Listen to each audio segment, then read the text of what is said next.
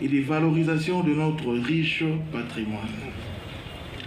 Distingués invités, permettez-moi, ici à l'entame de mon propos, de rendre un vibrant hommage et appuyer, ainsi que solennel à son Excellence, Monsieur le Président de la République, chef de l'État, Félix Antoine Tshisekedi Tshilombo, pour sa vision éclairée et son engagement constant en faveur de la modernisation de notre pays. C'est sous son leadership que nous avons pu engager des réformes si ambitieuses en matière d'infrastructure, de gouvernance, de développement durable dans la ville de Kinshasa. Son soutien indéfectible à la diversification de notre économie et à la valorisation de notre patrimoine national constitue une source d'inspiration pour nous, responsables provinciaux. La célébration d'aujourd'hui est aussi le fruit de cette impulsion présidentielle qui nous pousse à bâtir une capitale moderne, inclusive et ouverte au monde. Mesdames et messieurs distingués invités, je mesure les défis que représente l'accessibilité de nos sites touristiques. C'est pourquoi j'ai fait de la mobilité urbaine une priorité absolue. Les vastes chantiers de réhabilitation des infrastructures routières que vous observez à travers notre ville ne sont pas de simples travaux d'aménagement.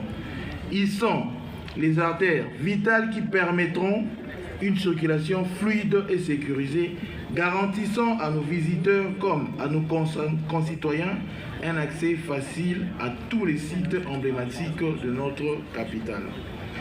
Cette modernisation de nos voies de communication est essentielle pour favoriser les déplacements touristiques et permettre à chacun de découvrir les multiples attraits de Kinshasa dans des conditions optimales de confort et de sécurité.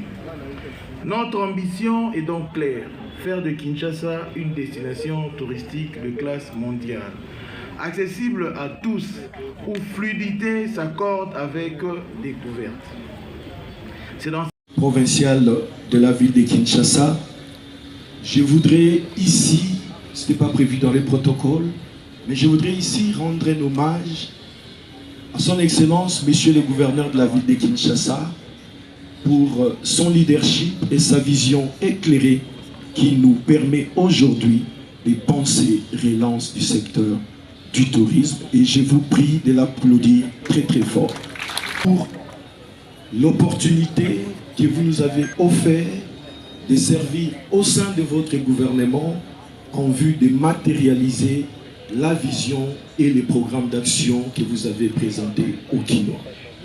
Puisque vous êtes ici aujourd'hui et que ce que j'exerce vient de votre vision, je n'en dirai pas trop. Je vous prie, avec tout respect, Excellence, de bien vouloir accepter de partager aujourd'hui votre vision du développement du secteur du tourisme avec l'ensemble des opérateurs du secteur, avec les enfants ici présents, mais aussi avec les 20 millions d'Équinois qui nous suivent aujourd'hui. J'ai dit et je vous remercie, je vous prie, Excellence, d'approcher sous les applaudissements du public. Le message du gouvernement de la ville de Kinshasa dans le son national, c'est l'importance que donne le gouverneur de la ville de Kinshasa à l'assainissement. Il a, dans sa vision de Kinshasa et Zonumba, a donné une place importante à l'assainissement de la ville de Kinshasa et nous nous réjouissons de l'accompagnement sans faille du gouverneur de la ville de Kinshasa dans notre plan d'action.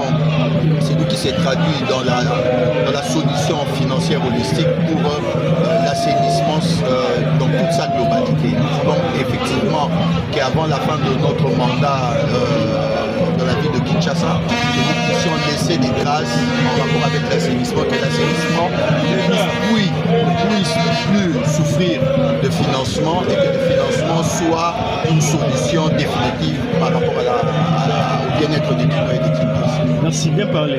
C'est une bonne initiative.